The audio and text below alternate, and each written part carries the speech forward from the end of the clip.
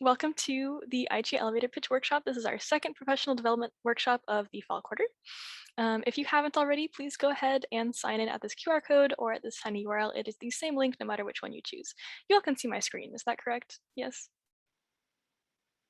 Okay, just wanted to make sure I had a mishap with the last workshop, so good to check. Okay.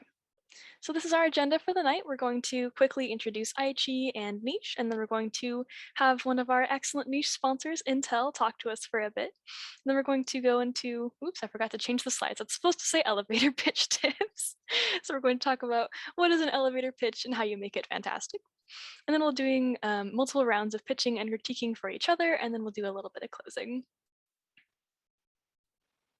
So aiche stands for the American Institute of Chemical Engineers, and we are the UC San Diego chapter. We are dedicated to promoting professional development of UC San Diego students, specifically chemical engineering, but we are open to all majors. We are fostering a welcoming and supportive community among its members, and this is demonstrated by a couple of our alumni here doing some sort of STEM outreach program with, it looks like food dye and maybe some Arizona tea. I don't know what they're doing, but it looks like a lot of fun. We have a bunch of events. So obviously we have professional development ones like the one that we're doing tonight. And usually we have these in ASML, but since we are still mostly virtual, we'll do them on Zoom for the time being. We also have social events, like we have our bonfire. We are actually doing that in person on Friday, this Friday. And if you want more information about that, definitely let me know. And we're very excited to bring that back. We have events where we stacked fruit for some reason. It was a lot of fun. It was very hard. We had lots of good bonding events. And I think at some point we go for our family program, our mentorship program, we go and do fun things like this was going to a bouncy house or something like that, or sky high or whatever they want to call that, a trampoline place. And then we also do company tours. So I don't know where they were going here, but it was very intense where they're all suited up. And then I also don't know where this is, but we do company tours when we can. Obviously we haven't done that because of COVID, but I'm hoping to start that back up again when it's safer.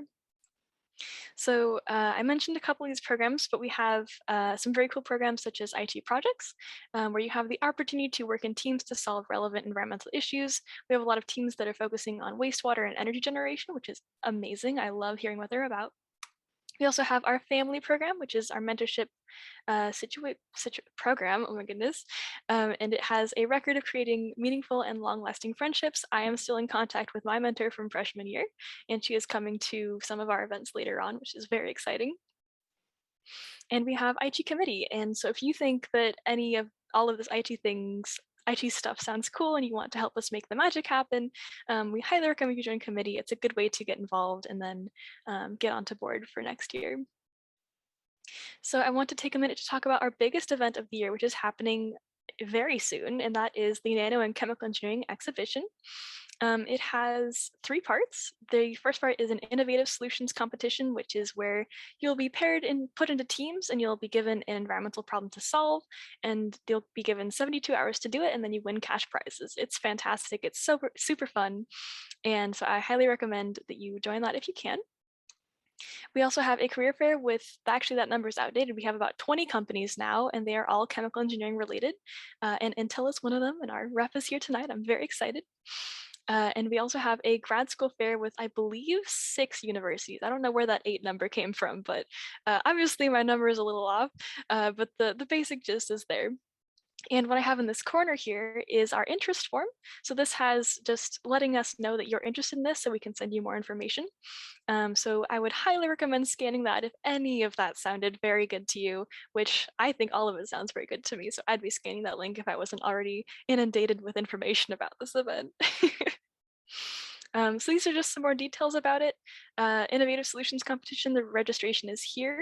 And we can post that link in the chat perhaps. Diana, if you could do that for me, please, that'd be fantastic. And then the kickoff event will be happening on Thursday. We have the director of the Environmental Division of aiche coming as our keynote speaker, and I'm super excited to hear from him. And like I said, you'll have 72 hours, and then pitching will be happening on Sunday at 3 p.m. The career fair will be happening on Wednesday, October 27th. That is week 5, and that will be from 1 to 4 p.m. And then the graduate school fair will be on the same day at 6 to 8 p.m. This is the interest link again. And all of these will be completely virtual, so you can participate from wherever you are. It's pretty fun. So then I did want to introduce our one of Niche's industry sponsors, which is Intel. And Kristen, would you like to take it away? So yes, I am Kristen Giovanello. I work at Intel. I've been at Intel since 2018. I'm now a campus relations manager. UCSD is one of my schools, and I'm so excited. I absolutely have been loving all the people that I've met. I got connected to Eleanor through I think it was Lee Dresser. And we're working with the AI group. We're working with all different groups at UCSD. A little bit about me. So I started Intel as a recruiter slash sourcer, and I was recruiting mostly process engineers my first 2 years at Intel. And process engineers we look for chemistry and physics majors to fill our process engineer roles, because there's a whole bunch of different flavors of process engineers. So we'll get into that in a little bit. And then I changed over to the Xeon team, which was really recruiting mostly computer engineering, electrical engineering, front end and back end engineers. And then I was also helping CCG with a lot of software engineer roles. So that's kind of my time at Intel. Prior to Intel, I worked at an ATE company. It was out of Boston. They make automatic test equipment. So that company kind of sold testers that we would sell to semiconductor companies so they could test their chips on these testers. So at that company, I kind of worked in benefits. I worked in compensation. The majority of my career there was working as a business partner. So I did employee relations issues, training, career development, all different kind of stuff. My husband worked for that company too, and he's an electrical engineer. He graduated from Tufts, and so he can't sit still. And we're both from Boston. We're natives of Boston, Mass. But he has to move around a lot. So in 2004, he moved us to France. I was a new mom. I had a 2-year-old and a newborn. So we kind of lived in France for 5 years. I didn't speak a lick of French. I'll have you know, I studied Spanish my whole junior high and senior years, and even in my college years, I was studying Spanish. And we were in the south of France where nobody speaks English. We were there for 5 years, and then the company moved us to San Jose, California. So we're in San Jose, California for 3 years. He left and he joined GE Research and Development. So then we were in upstate New York for 5 years. And then he left, well, the work he was doing at GE, I don't totally understand it, but it's MEMS. And so he and the other engineer kind of spun that company out as its own. GE said, yep, we're going to get people to back this and all that. So now he's at a startup in Irvine, California called Menlo Micro. We moved out here to Aliso Viejo / Irvine almost 5 years ago. It'll be 5 years in June. And I love the East Coast. I love Boston. And New York was nice, but I was thrilled to be back in California, especially Southern California, because I love Southern California. It does not suck. I'll tell you that. I love it. So I live in Aliso Viejo. I'm married to my husband, Chris, right there. My daughter, Adele, who just graduated from Aliso Viejo High. She goes to Boston College. I miss her terribly. And my son, Terrence, who is 16, we're starting to get him prepped to think about college. And then our bunny Munchkin, who lives with us. He's 9 years old. So that's a little bit about me and my background. So just some quick things about resumes that I'll just quickly glide over. For resumes, some things that it's really important to have is to have the name, city, state, phone, email, and a link to your LinkedIn profile. One thing, oftentimes, I think old school was you'd put your personal address on it. So 2 Smith Way, Boston, Massachusetts. You don't need to have your personal home address on it, just city and state. If you're someone that lives in Boston, Massachusetts, but you're going to UC San Diego, I might put Boston, Mass slash San Diego, California. So they know, okay, I'm, living in San Diego, but I'm from Boston, Massachusetts. Feel free to do that. How many people have a LinkedIn profile? And I can't see all the participants. So maybe Eleanor, yeah, raise your hand if you have a LinkedIn profile. Oh, I love it. I love it. I love it. I love it. Great. So critical to have a LinkedIn profile. I know college students, a lot of you are living in Handshake at the moment, because Handshake's where a ton of our college students live and talk and all that stuff. However, when you graduate, and even now, companies like Intel and other companies buy a product called LinkedIn Recruiter. And that's how we communicate and get to know and talk to other students and professionals that we look for. So if you don't have a LinkedIn profile, I'd encourage you to get one. And if you do have one, I'd encourage you to put a picture and keep building that out. It's really important. I would also make sure that you have that LinkedIn, a link to your LinkedIn profile on the top of your resume. So we'll talk about how that would look. Summary, yeah, you can have a summary. It's not critical. I think if you have a specific goal in mind, have one, right? And you can have different versions of resumes. What's really important is to have your education listed the most recent to least recent. So it's funny, I just came from the MIT Career Fair, and there were 3 or 4 students that it caught me off guard because they put BS and then MS. And I was like, oh, a BS student. And then I was talking to them and I said, oh, so you're getting your BS? And they're like, oh, no, I'm an MS. And I'm like, oh, shoot. So you always want to start with your most recent degree and then go down, your most recent experience and then go down. So that's kind of, as recruiters and sources, that's kind of how we, look at things. It really is helpful to have a skills section, and in there kind of list your top skills, right?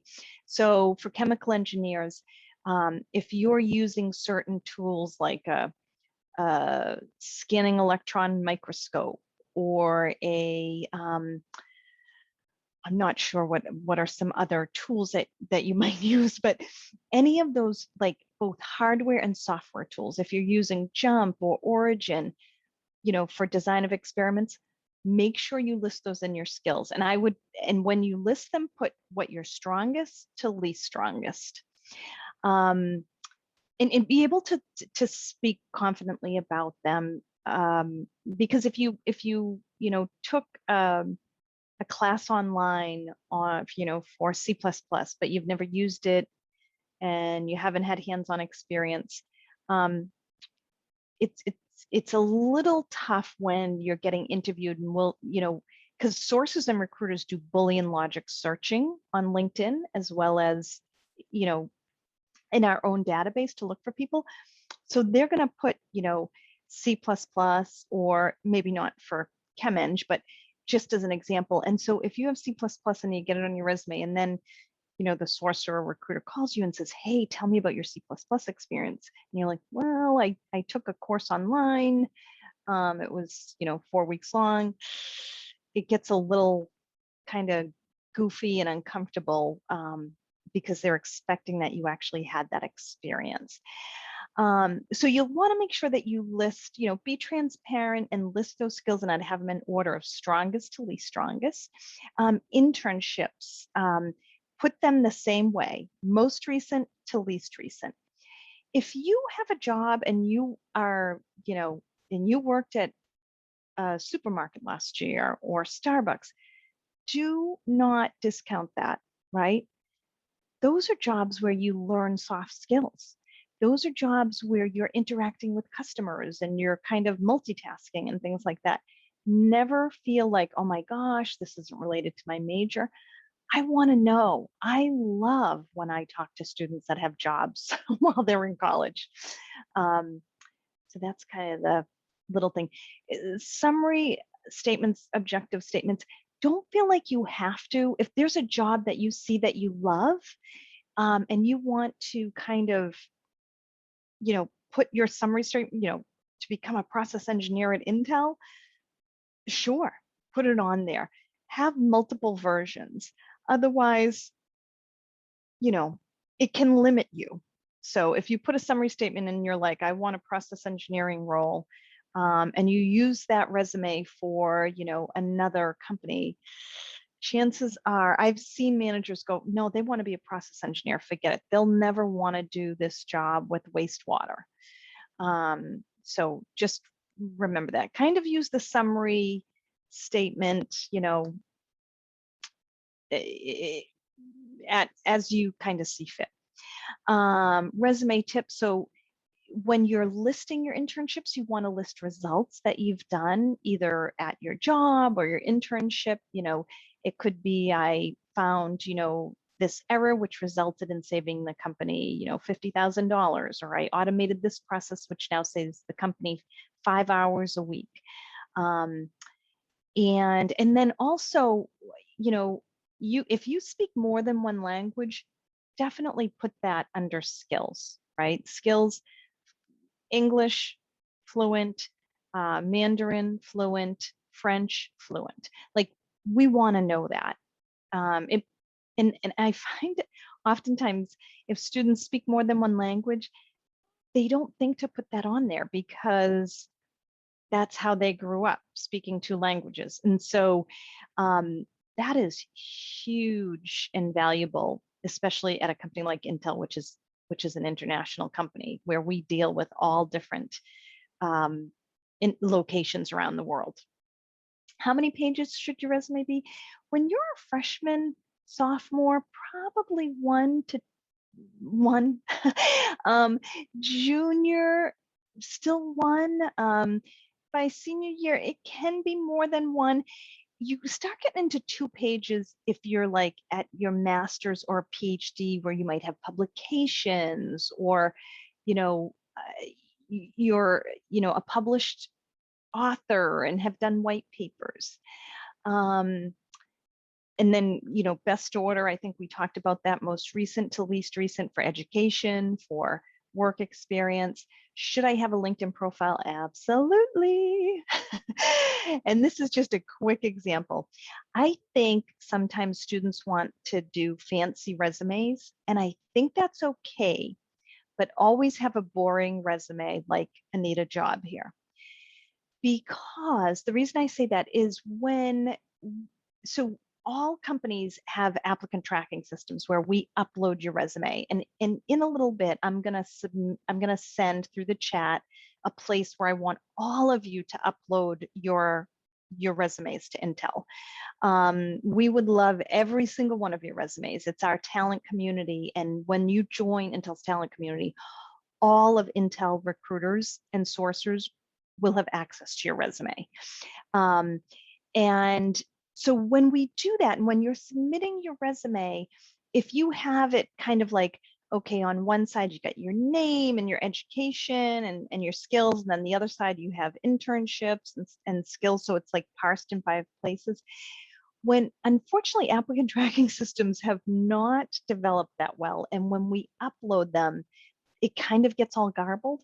Now, I love when students put a ton of energy into their resume like that. So if you have like a hard copy, or you want to send that to a specific manager, send the nice one, the creative one that you've done. But when you're submitting it to an applicant tracking system, I think you might want to stick to boring, because the AI is saying, okay, normally, the first name and last name is here, the city and state is here, the email address is here, the phone number is here, the LinkedIn profile is here. That's all stuff we search for, and the AI searches for. So when it's kind of like this, it's a little bit easier to look at. Have your education at the top. And this is what I mean by skills, right? So there's software skills on there, there's some hardware skills, there's some lab equipment. Don't feel like you just have to stick to, if you want to say software packages or software skills, lab equipment, something packages, does DOE packages or something like that, you can do that. And then then you want kind of the experience with internships, and you want kind of the name of the company, what your job title was, and then let's talk about what you did there. Also, volunteer and community service. When you're a freshman, because you don't, and I don't know how many freshmen we have on the line, but it's okay to have relevant coursework. I think that's important. Freshman, sophomore, coursework. I originally was like, when I see coursework, that doesn't like ring a bell for me because I don't know the courses because I'm not technical. Now, I did this presentation at UMass Amherst last week, and two of the managers that I did it with said, "Kristen, we love when they put relevant coursework because that lets us see and understand what they're doing." So I was like, "Oh my gosh, I've been telling students that isn't so critical," but those managers liked it. So some of the key courses that are tough, yeah, stick it on there. Let's see. Reasons LinkedIn profiles are important to have. So again, lots of companies, not big, small companies too. LinkedIn licenses are expensive to have, but they're important to have a LinkedIn profile because that's how a lot of companies are able to find you and find talent. It's really great to have I forget what the statistics are if you have a picture up there, but you get more hits if you have a picture. I don't know why, but LinkedIn has run something that tells you that's really important. Have that LinkedIn profile on your resume. I know I keep repeating myself here. So companies when they buy this LinkedIn recruiter license, companies are able to message you and say, "Hey, Eleanor, we have some process engineering roles at Intel in our areas."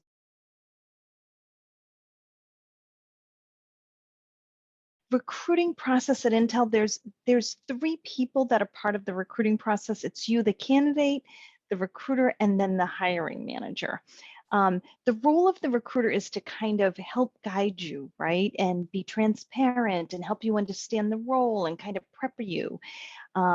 There's yourself, right? And your role is to be transparent and honest and come to that meeting as your whole self, right? We want to hear about Eleanor. Why? Tell us about you.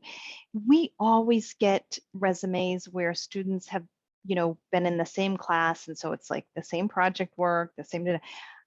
I want different. We all at Intel want different. Show us how you're different. We love it.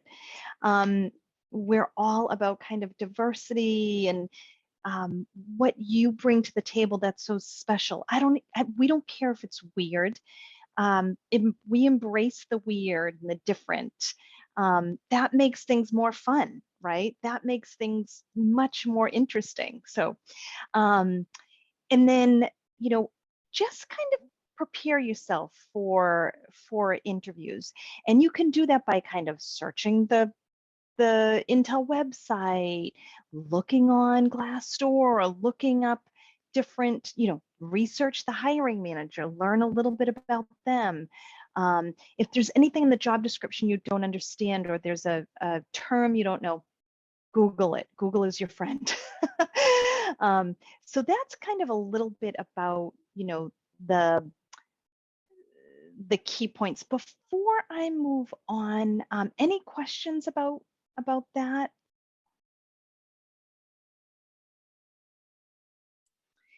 Will Okay. we be seeing you at the career fair tomorrow?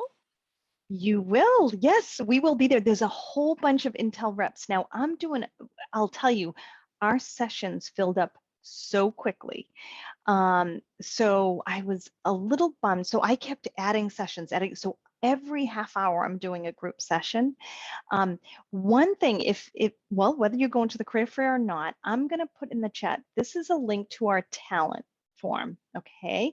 So just this link to Intel's talent form. And I would encourage all of you, especially since you're chem engineers, I don't care what year you are, join Intel's talent community.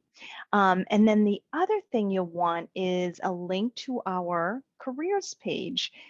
And this is where, you can kind of search for jobs in there. Now, the reason this is important, careers page, you'll want to search for jobs like process engineer. Anybody that's interested in water, we have these wastewater treatment type jobs. We have water purification engineers. So you'll want to look, in our fabs, we have process engineers, we have all different flavors of process engineers. So we have wet etch, we have dry etch, we have lithography. I don't know if anybody knows the ice cream store Baskin Robbins, and there's 32 flavors of ice cream. I think a process, I see Maha, yes, yes, yes. And I love Baskin Robbins. And when I started recruiting for process engineers, I realized, wow, there's all these flavors. Like, what is a dry etch engineer versus a lithography engineer versus a wet etch engineer versus a metrology engineer versus a, reticle, OPC. So there's all these different flavors because Intel's so huge. So all those different flavors really require different backgrounds, right? So like wet etch, dry etch, lithography, a lot of those we need chem engineers for most all of those, to be quite honest. Now we have those openings in Arizona, Oregon, New Mexico. Those are kind of where a lot of the chem eng positions are. At all of our Intel facilities, we have facilities engineers that focused on, we have this RISE 2030 strategy. So we have this 10-year strategy called RISE, responsible, inclusive, sustainable, enabling. That's what RISE stands for. And so this sustainable piece, we are totally serious. We're trying to figure out how to not use as much water. And when we do use water, to reuse it. So we have tons of, if you like the water piece, search for wastewater, water purification, look in the facilities group, and you think, oh, facilities, it's huge, right? We look for PhD level when it comes to water, especially since we do this in Arizona, New Mexico. So those are kind of some key terms. So let me just put down there. So process engineer, dry etch engineer, wet etch, lithography, purification engineers, wastewater, water purification. Those are some of the terms you'll want to search for. Let's see. And then, by the way, I'll be at the career fair that Eleanor kind of contacted me about this summer. So at the end of October, right, Eleanor? And so I'm bringing 2 or 3. I think can I have 3 or 4? I forget how many you said. As many as you want. Oh, okay. Oh, great. Okay, so maybe we'll have 5 or 6 of us there. I thought it was limited, so I've only told a few, but those folks that are coming with me will come from process engineering. We also have something called a CMP engineer, and we hire CMP engineers. Those are another type of process engineers, and so we hire chemical engineers for those folks. So Intel, we're headquartered in Santa Clara, California. We have 110,000 employees. We're worldwide. We're hiring in Ireland and Poland and Shanghai and, in the US, we're in Santa Clara, California, Folsom, California. We're in Arizona, expanding big time. We're in Rio Rancho, New Mexico. We're in Portland, Oregon. We're in Hudson, Massachusetts. We're in Austin, Texas. We even have some tiny sites in like Chicago. I don't know about chemical engineers for that, but tiny other sites here and there. Yeah, so that's kind of a little bit about Intel, the process engineering roles. resumes and LinkedIn profiles. Um, Eleanor, I probably went on way too long, so my apologies. um, if people have questions, I'm happy to answer them. This is, a pleasure for Intel to be here. We're really glad to have you here as well. It's wonderful to hear about all of the opportunities that are available to us and to just hear of your energy here and helping us get ready to go out into the real world. It was interesting to hear that you have such a focus on wastewater because we have 3 project teams that are focused on wastewater. So just a shout out to everyone on the project teams. That's a big deal right now at Intel. So I think if in that external careers page, if you did a keyword search wastewater, you should see, opportunities pop up for sure. All right. Yeah. So if anyone has any questions for Kristen, I'm going to put up my slides. So while we're waiting for that all to get settled, go ahead and ask any questions, and then we will go on to the elevator pitch part of the workshop. All right, so let's talk about some elevator pitches. So like I mentioned, I used a lot of my sources from here, and so just thank you to them. So what is an elevator pitch? It is a short speech, a way to initiate conversation about your career interests, and a way to network, and it's a way to introduce yourself, your strengths, and why you're networking with the person you're networking with, which is usually because you want the job, but not always. And ideally, it is done in an actual, ideally it is short enough to be done in an elevator ride, which is why it's called an elevator pitch. So when can you use elevator pitches? Like I said, they're really versatile. So you can use them in career fairs, at networking events, company information sessions, conferences, workshops like this one. You can also use it when when you're just like in your breakout room and your boss steps by. He stops by for coffee and asks what you've been up to lately. You can say, oh, you can go on your elevator pitch and then maybe you'll get a promotion. Who knows? You can also just use it in any conversation with someone who might be able to help you with your job search or other endeavors. So that can be family, friends, could be family, could be your friends' friends, just anyone that you want to talk to who might be able to help you with your job search or anything else that you're interested in. So my guess is that most of you have said at some point in your life, hello, my name is such and I'm a such and such year, such and such major in such and such college. I mean, it's kind of a typical thing that most of us said about 100,000 times throughout our years here at UCSD. So this is essentially a small elevator pitch. You're looking for, I am this person, here's a connection you might have with me. And that is more or less what an elevator pitch is trying to do, which is pretty cool. So elevator pitches at career fairs is what we're going to be focusing on since there is a career fair tomorrow. If you aren't signed up for it yet, you totally should be signed up for it. And then we also have our niche career fair coming up on Wednesday, September 27th. So what you should always include in your elevator pitches at a career fair is your name, because the recruiter does not know your name off the top of their head. Your major, because they always also can't know that. Your year in school or your expected graduation date, depending on which one is more applicable to you. The reason why you're talking to this person is probably the most important part, because you want to know, the recruiter wants to know if you're interested in internships, co-ops, full-times, or you're just kind of there to network for future positions. So they want to know, what are you looking for, so that they can match you with the best opportunities for you. And so you both go away happy. You also want to include when you're available to start or the time frame that you're looking to work. So for example, if I'm looking for a summer internship, I would say, hi, my name is Eleanor, I'm a chemical engineer, blah, blah, blah. I'm looking for an internship starting this summer, or a summer internship, something like that, so that they know, can I hire you like today, or can I hire you this summer? They need to know that sort of thing. You also need to talk about why you're talking to this person in particular. So for example, if I'm talking to Kristen, I'm saying, I love Intel. I use, Intel processors in all of my computers, and I just think they're the best.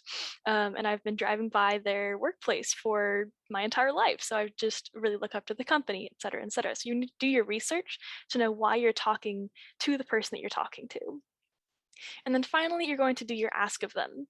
You're going to say, I'm looking for a full-time position. Do you have any openings? Or I have this particular position that I've been looking at that I think is amazing. Would you consider me for it? Or can I give you this resume to apply for this job?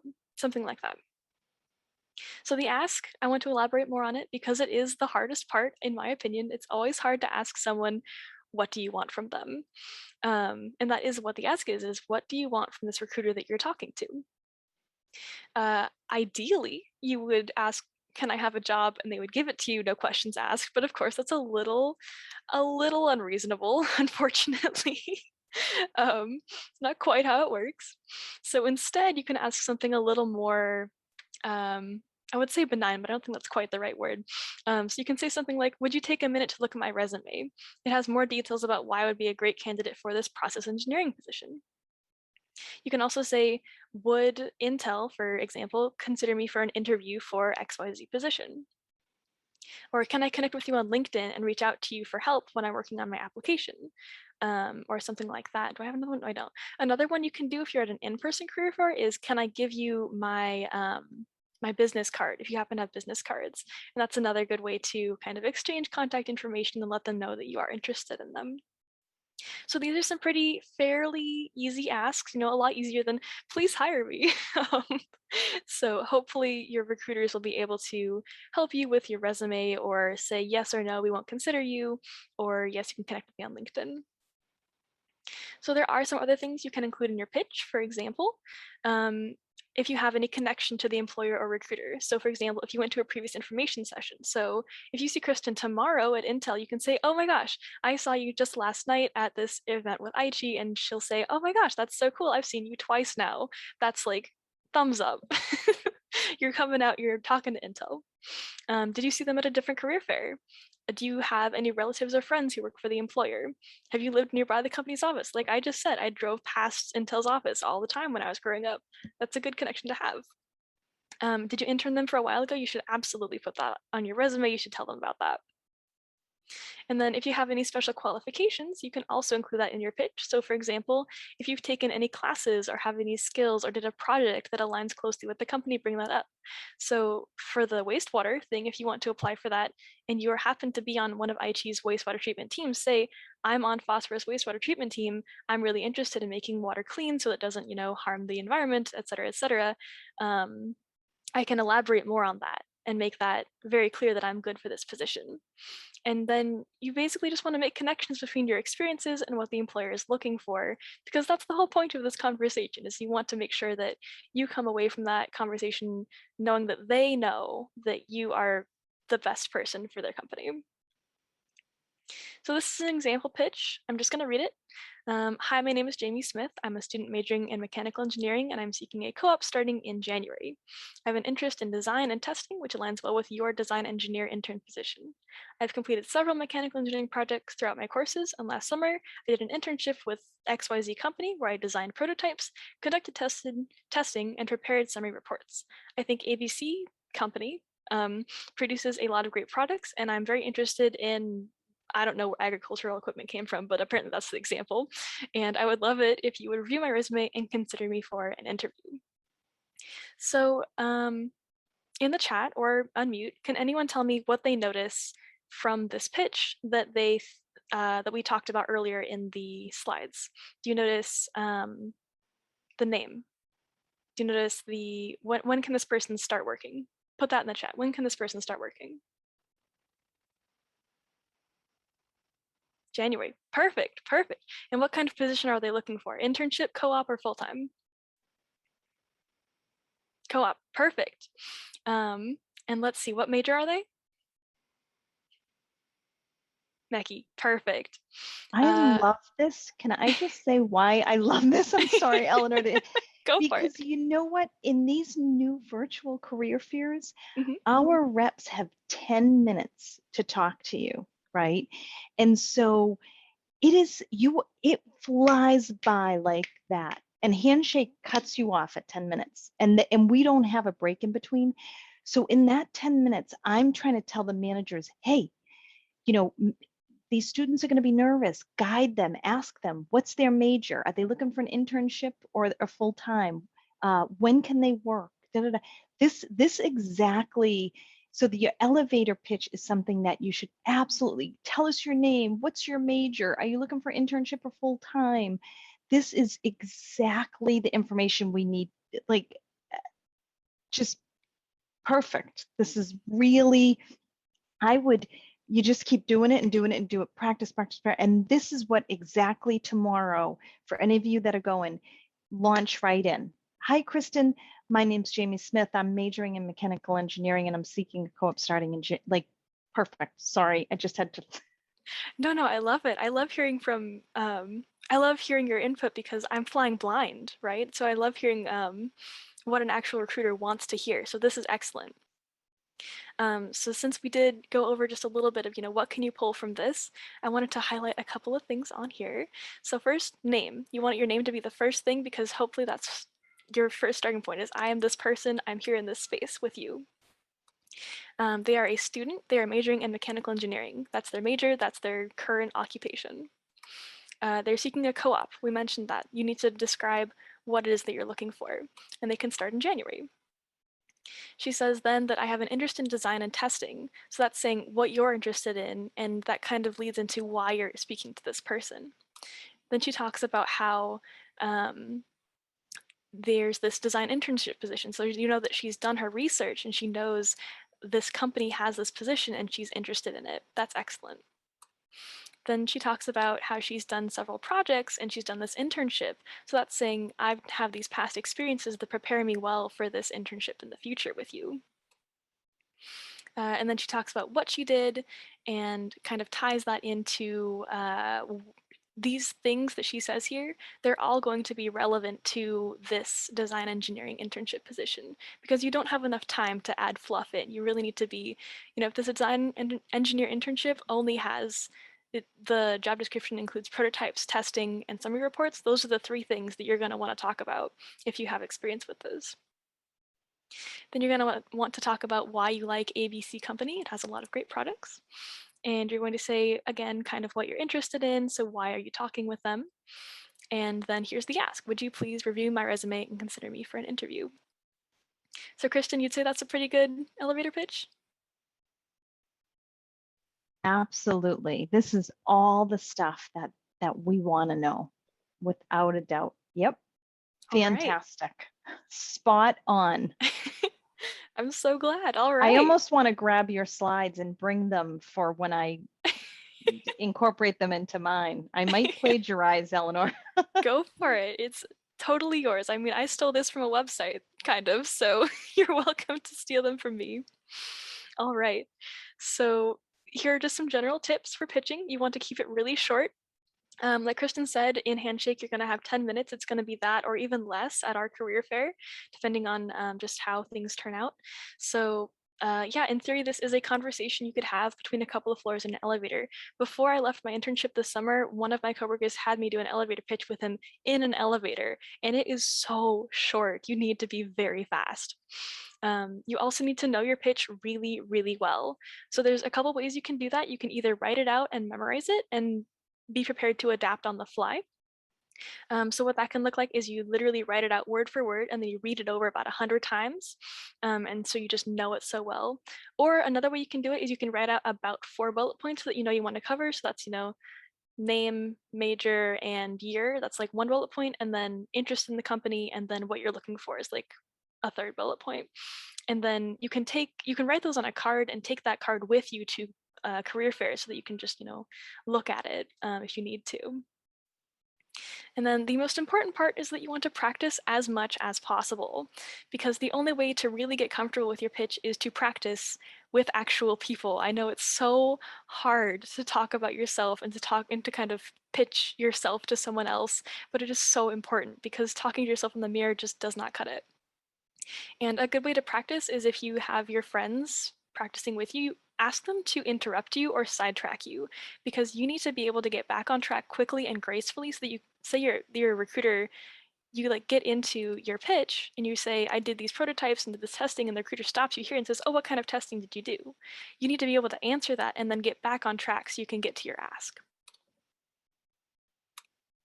So that is the end of my slides. I wanted to ask what questions does anyone have? And then we'll be going into some workshopping after we get through a couple questions. So any questions at all about what makes a good elevator pitch? You can come off mute or write it in the chat. I see a hand raised, Diana. My question is more so, how do you start your elevator pitch and just like ask a recruiter to talk to you? Because you don't want to just, it's very anxiety inducing to just go up to someone and be like, hi, I'm Diana, yada, yada, yada. Like, how do you kind of be polite and asking for someone's time? Kristen, I think that's actually a really good question for you. Yeah.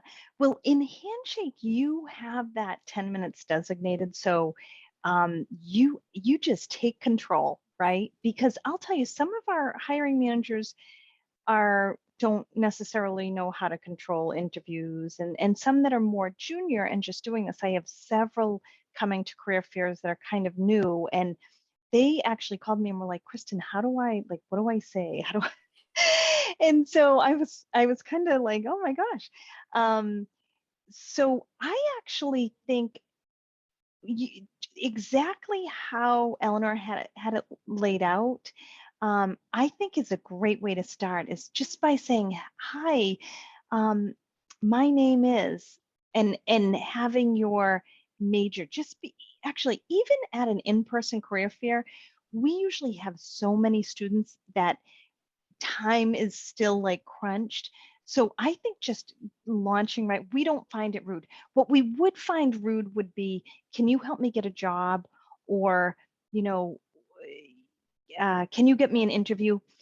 It's tough to, for a company Intel size, it's a little tough because we don't know you, and, and we're there on behalf of the company. And I can't tell you, I am always surprised. At MIT, I had 4 or 5 students ping me saying, Kristen, can you help me find a job? Well, I can't because we have well over, I think, 2,000 jobs right now open in the US, right? And my role is I'm kind of going off to be the ambassador at these different schools and talk to students. It's really up to the student to find a job. I can guide you, right? And I can tell you, okay, these are the types of job titles to look for. So a better way to approach it when you're talking to a hiring manager or a recruiter is to first tell us all that information. Hi, my name is Jamie Smith. I'm a student at UCSD majoring in Mech Eng. I'm a junior and I'm looking for a summer internship or co-op starting in such and such a month. Um, as a mechanical engineering major, could you tell me what would be the type of job titles I should search for on your website? Unless you happen to know what jobs are open for mechanical engineers. I think kind of the ask versus, you know, saying, help me find a job. I always feel funny and I'm always kind of taken aback because it sounds a little lazy to me, right? Help me find a job. Not that we don't want to help you, we do, but it's really the student's job to find the job. But what we can do is kind of guide you, right? Look up these job titles, look up these locations. So I don't know, does that help? It does, it does. So just to summarize it all just a little bit, it's mostly just being very concise with what you want, and then also putting in the effort that you would like your recruiter to kind of give to you as well. Yep. And it's okay. You guys don't know necessarily the job titles because they're different at different companies, right? So what you'd want to ask is, for what type of jobs does Intel hire mechanical engineers, or what type of jobs would a chemical engineer like myself look for on your careers page? And that's where hopefully some of the Intel folks would be able to say, oh, process engineers, fry etch engineers, CMP engineers, wet etch engineers, water treatment engineers. Um, because you guys do need to know that. You need an inside view of what we call those job titles. There's no way for you guys to know that unless you know someone working at Intel. That is an excellent point, and I will be adding that to my slides before I post them, is asking, yeah, just what job titles can I search for if you don't already have a job in mind for the company. That's an excellent point. Thank you. We all call them different. I did it when I was at my old company, Teradyne. I used to speak at the UMass, the Eisenberg School for supply chain. Well, Teradyne called supply chain people commodity managers. I was in the room, there were 100 and something students, and I said something about commodity managers. And then I said, I just, everybody kind of seemed a little blank. And then I waited 10 minutes and I made the assumption that everybody in that new room knew what a commodity engineer was or a commodity manager. And I said, actually, can I back up? Can I ask folks, what do you know? Has anybody ever heard of the term commodity manager? If you have, raise your hand. 2 people of 100 raised their hand. And here I am like, blah, blah, blah, commodity managers. I just assumed, and that's what we do at Intel, right? I am constantly seeing job postings where we have acronyms in there and stuff like that. Ask away. What does SOC mean? You guys aren't going to know necessarily what SOC means. It's not, you're not living and swimming in that fishbowl. So don't be afraid to ask. Actually, on that topic though, you mentioned a CMP engineer, and what is a CMP engineer? What does that stand for? Good question. Something metal polishing, and I can't believe I forget the C because I used to hire these people all the time. P engineers. It is, and we hire mechanical engineers. Something metal polishing. I forget what the C stands for. Oh my gosh, I'm Googling it. Nolan ceramic? says ceramic. Ceramic. Is that what it says? Maybe? I didn't think it was ceramic. I thought it was, it has to do with, let me just look. All right. While you're looking that up, does anyone else have any questions about elevator pitches? Chemical mechanical polishing. Oh, There you excellent. go. Chemical mechanical polishing. Excellent. All right. If no one else has any questions, Kristen, real quick, would you change anything about this this general form? Oops, that's wrong. I was going the wrong direction. This anything about this pitch? Like, what can you recommend for us, just in terms of what you want to hear from us when we come to talk to you at a career fair? Yeah, I have to say, I love this. Okay. I just think this is perfect because you're getting all the required information in there, right? One thing you might want to say when, for example, I'm seeking a co-op starting in January, and it can be for 6 months. Maybe you can tell them if you can do it for 6 months, 8 months. If you're doing it from January to, I'm available January through August or January through June. The time frame that you're eligible for a co-op or internship is really, important. Also, one other thing you might want to add is location, right? Do you feel like, geez, I really want to stay in California, or I'm open to any location? I would, if you have the wherewithal, and I will tell you, I never thought I'd leave Boston. I love Boston with all my heart and soul. The best thing I did marrying my husband is he took me outside of my comfort zone. And when he said, hey, this is important for us to move to France, I had a 2-year-old and a newborn. I didn't speak a lick of French. I don't know if it was pregnancy brain or what, but I just kind of said, okay, best thing I ever did. Going outside your comfort zone, and it's uncomfortable because you're in the messy, right? How do I get around? I had that, my dictionary everywhere I went, but you don't know it at the time because you're living in the messy and you're kind of like, where's this, feeling like a victim. You're growing. It's hard, it's uncomfortable, but that's when you're growing because you're living in the messy. Every time we change, if you feel I can go outside my comfort zone, try it for an internship. It's a great way to, get comfortable. Thank you. Sure. So yeah, include when you're available and like for how long you're available, and then also where you're available. So if you're restricted to one state, or if you can go worldwide, let them know. They'll get you a good position. So now that we've gone through all of that, and hopefully we all have some good ideas ruminating for our elevator pitches, we're going to do some workshopping. And this is going to be the most uncomfortable part of the workshop. I'm so sorry. But we will get through it, I promise. So what's going to happen is you're going to be randomly assigned to a breakout room with another person. Whoever's name comes first in the alphabet will give their pitch first, and the other person will pretend to be a recruiter, unless you're Kristen, in which case you will be an actual recruiter. Okay, so now we can go into workshopping. So, like the slides were saying, we're going to do one person pitch first, and then the other person will pretend to be a recruiter. And then once that first person's pitch is done, the recruiter should give some things they notice that they think could be good or could be better. And then you're going to switch roles, do the same thing, and then we will come back to the main room and do it all again. So how's that sound, everyone? Pretty good? All right. Welcome back from breakout rooms. So hopefully you all had some excellent elevator pitch practices going on there. And as always, just keep practicing so that you're ready for whatever career fairs you go to. The recruiters have only a short time with you. So yeah, just make sure you use your time well. Practice is key. Practice is excellent.